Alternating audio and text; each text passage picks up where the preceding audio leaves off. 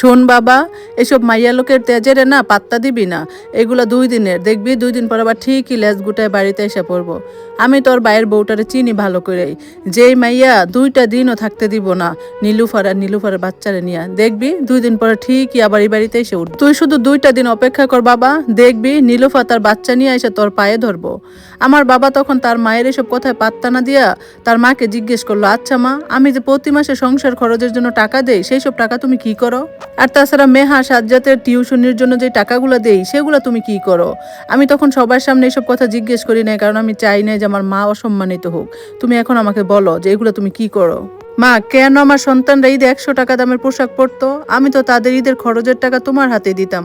এসব কথার জবাব আমি চাই মা। তুমি আমার মা, তোমার কাছে আমি তো সব খরচের টাকা দিতাম। তুমি আমার সাথে এত বড় অন্যায় কি করে করলে মা? আমার দাদি তখন আমতা আমতা গলায় নেকা কান্না কেঁদে বলল, আমি কি ওইগুলো আমার জন্য খরচ করছি রে বাবা? আমি তো তোর বোনদের সংসারেই দিছি রে বাবা।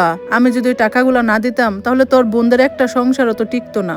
তুই তো তোর বোন জামাইদের চিনস, একটা টাকাও সংসারে দেয় না, ভাগ্না ভাগ্নির পড়াশোনার খরচটাও দেয় না। আমি টাকাগুলা না দিলে তো তাদের সংসারটাই ভেঙে যেত। তুই কি চাস তোর বোনদের সংসারগুলো ভেঙে যাক? তাই বলে কি তুমি আমার সন্তানদের ঠকাবে মা? তুমি আমার স্ত্রী সন্তানের হক কেড়ে নিয়ে তুমি তোমার মেয়েদেরকে দিলে মা। আমি কি ওদেরকে দেওয়ার বেলা কম দিছি? আমি তোমার বোনদেরকে কখনোই কম দিই নাই। তাহলে তুমি আমার স্ত্রী সন্তানের হক কেন কেড়ে নিলে মা? আমি কি দিতে তোমাকে কখনো কম দিছি? আমার তো ভাবতেই লজ্জা লাগতেছে, যেই জায়গায় আমি মাসে লাখ টাকা ইনকাম করি, সেইখানে আমার নিজের সন্তানরা এত কষ্ট করছে।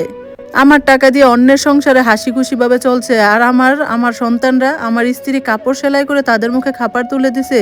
এখন তো মনে হচ্ছে ভুল আমারই হয়েছে মা।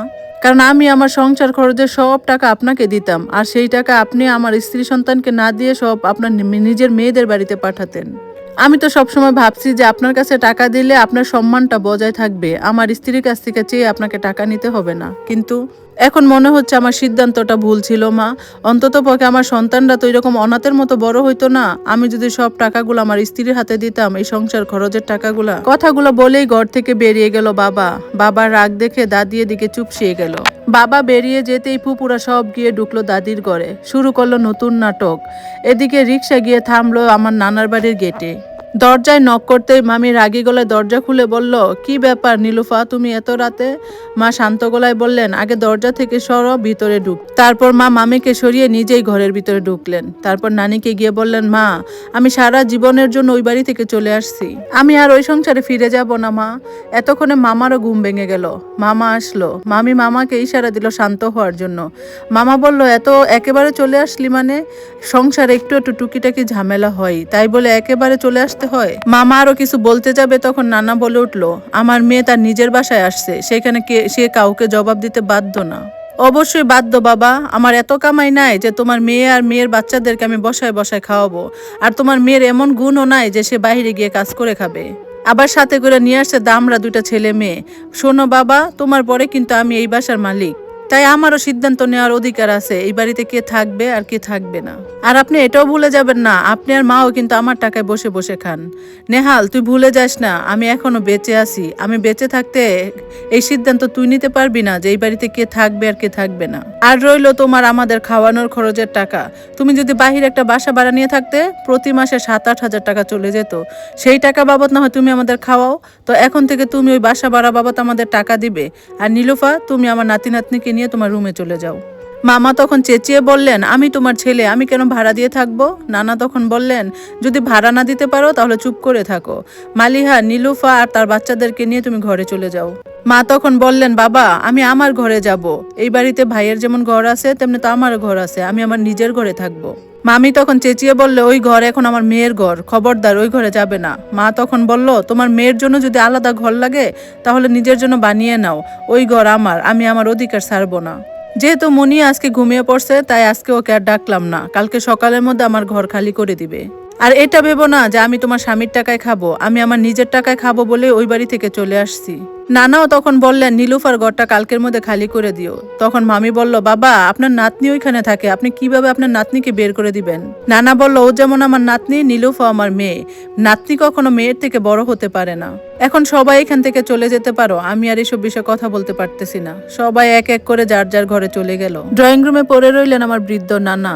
সোফায় বসে মেলাতে লাগলেন তার দীর্ঘ জীবনের হিসাব নিকাশ। তিনি ছিলেন সরকারি অফিসের স্বল্প বেতনের একজন পিয়ন। খুব টেনে টুনে তার জীবন সংসার চলতো, কিন্তু তার ছোট বোনের জন্য মাঝে মধ্যে সংসারে টান পড়তো। তার বোনের কারণে সে তার নিজের সন্তানদের কষ্টে পালতো। তার ছোট বোন 2 দিন পর পর বাড়িতে চলে আসতো। ছোট বোনকে না দেখলে তার মা তাকে অভিশাপ দিত, সে নাকি তার বউ বাচ্চার জন্য সব করতেছে, নিজের মা বোনকে দেখে না। বোনের বেলায় নাকি তার সব সময় টান পড়তো, বাধ্য হয়ে মায়ের মন রক্ষা করতে ধার করে বোনের মন রক্ষা করত।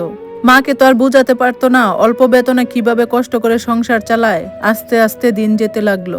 নিজের স্ত্রী সন্তানের ভরণ পোষণের কমতি রাখলো, নিজের বোনের বাচ্চাদের খরচ দিতে কখনোই কমতি রাখতো না। অভাবের কারণে নিজের সন্তানদের ঠিকমতো টিউশনি দিতে পারতো না, খাতা কলম কিনে দিত না, যার জন্য তার নিজের ছেলে মেয়ে পড়াশোনায় অনেক পিছিয়ে পড়ে। অন্যদিকে তার বোনের ছেলে মেয়েরা পড়াশোনায় ঠিকই এগিয়ে যায়। ফলশ্রুতিতে তার নিজের ছেলে ইন্টারে ফেল করে। তারপর ছেলেটারও পড়াশোনা থেকে মন উঠে যায়, ছন্ন ছাড়া জীবন চলতে শুরু করে।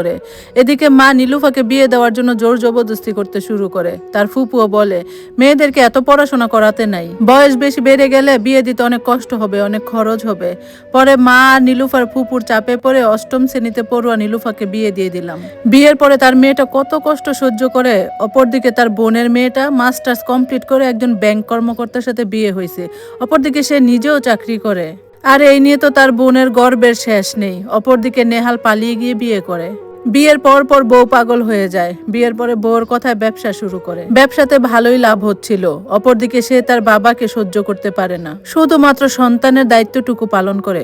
অবশ্য রফিক মিয়া মনে করে এটা তার কর্মেরই ফল। তিনি তার ছেলেকে বউ বাচ্চা নিয়ে খুশি থাকতে দেখে নিজেও খুশি হয়। উনি ওনার নিজের বউ বাচ্চাকে যেই জীবনটা দিতে পারে নাই, তার ছেলে তার বউ বাচ্চাকে সেই জীবনটা দিতেছে।